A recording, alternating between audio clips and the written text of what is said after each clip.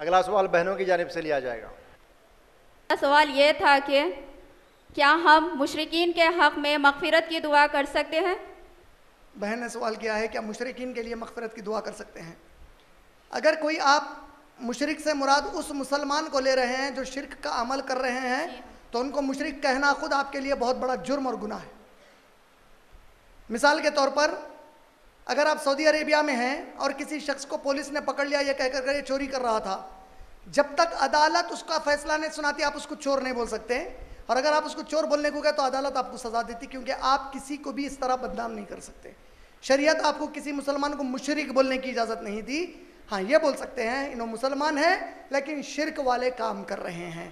تو ایسا جو ہے جو کہتا ہے میں لا الہ الا اللہ محمد رسول اللہ کا ماننے والا ہوں لیکن بعض اعمال شرک کے کر رہا ہے، تو ایسے مسلمان کے حق میں اس کی ہدایت اور توفیق کی دعا کر سکتے ہیں، اور باقی کے جو غیر مسلمان ہیں ان کے لیے بھی ان کی ہدایت اور توفیق کی دعا کر سکتے ہیں۔ امید میری بہن کا جواب مکمل ہو گیا۔ جزاک اللہ خیر۔